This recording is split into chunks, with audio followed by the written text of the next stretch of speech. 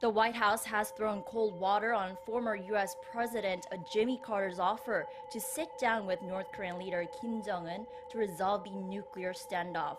White House Press Secretary Sarah Huckabee Sanders said Carter's proposal was not part of Trump administration's current plan or thinking for how to deal with North Korea, but would let the world know if the situation changes. Carter is known for his gentle diplomacy. In 1994, during the Clinton administration, Carter was able to get North Korea to freeze its nuclear program to avert conflict with the U.S. The United States has once again said it will never accept North Korea as a nuclear state. U.S. Defense Chief James Mattis, who's visiting Seoul, said Pyongyang's nuclear and missile programs serve to undermine, not strengthen, the regime's security. Kim Hyun-bin reports.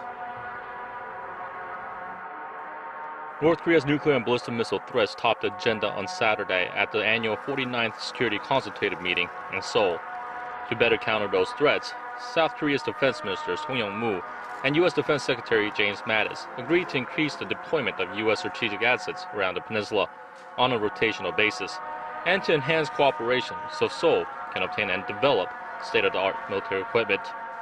The two also shared views on the transfer of wartime operational control from Washington to Seoul, one of the key goals of the Moon Jae-in administration. Secretary Mattis and I agreed to consider the timing and conditions of a condition-based OPCON transition. We will continue to work, develop and refine plans on this issue in time for the next SCM. Mattis pulled no punches on North Korea, calling Pyongyang's nuclear weapons program illegal and unnecessary. He also stressed that Washington wants to find a diplomatic solution to the nuclear crisis, but military force remains an option, if need be. The United States does not accept a nuclear North Korea. Diplomacy remains our preferred course of action, but as I have repeatedly emphasized, our diplomats are most effective when backed by credible military force in this sort of situation. Mattis also took the opportunity to warn Pyongyang against the idea of ever trying to use its nuclear weapons offensively. Make no mistake, any attack on the United States or our allies will be defeated. Any use of nuclear weapons by the North will be met with a massive military response, effective and overwhelming. This year's Security Consultative Meeting marks the first since President Moon Jae-in and Donald Trump took office earlier this year. The 50th SCM will be held in Washington in 2018. Kim Hyun-bin, Arirang News. Let us begin with Washington's Defense Secretary's Seoul trip. Earlier, he visited the DMZ, where the nation is divided in two. Meeting his Korean counterpart, James Mattis placed extra emphasis on the importance of denuclearizing the out-of-control regime. Kim Hyun-bin has our top story. U.S. Secretary of Defense James Mattis arrived in Seoul early Friday for his second visit as Pentagon chief.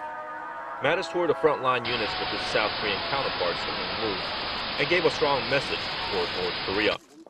The U.S. general stressed that Washington's goal is to denuclearize the regime. Our goal is not war, but rather the complete, verifiable, and irreversible denuclearization of the Korean Peninsula. Defense Minister Song made similar comments, urging Pyongyang to give up its nuclear ambitions. I urge North Korea should halt its reckless provocations and come back to the negotiating table as soon as possible. The U.S. Defense Chief's visit comes as South Korea and the U.S. are scheduled to hold their annual Security Consultative Meeting in Seoul on Saturday, a day after the Allies' Military Committee meeting. Friday's Military Committee meeting was led by the Joint Chiefs of Staff of the two allies, General Chung Kyung-do and General Joseph Dunford. Seoul's Defense Minister Song Yong-moo and Mattis will hold their official talks at the SCM on Saturday. The allies plan to have in-depth discussions on enhancing extended deterrence against North Korea's ever-expanding nuclear and ballistic missile threats. They are also expected to discuss alliance policies, including the early transfer of wartime operational control from Washington to Seoul, which is one of the key goals of the Moon Jae-in administration. Kim Hyun-bin, Arirang News.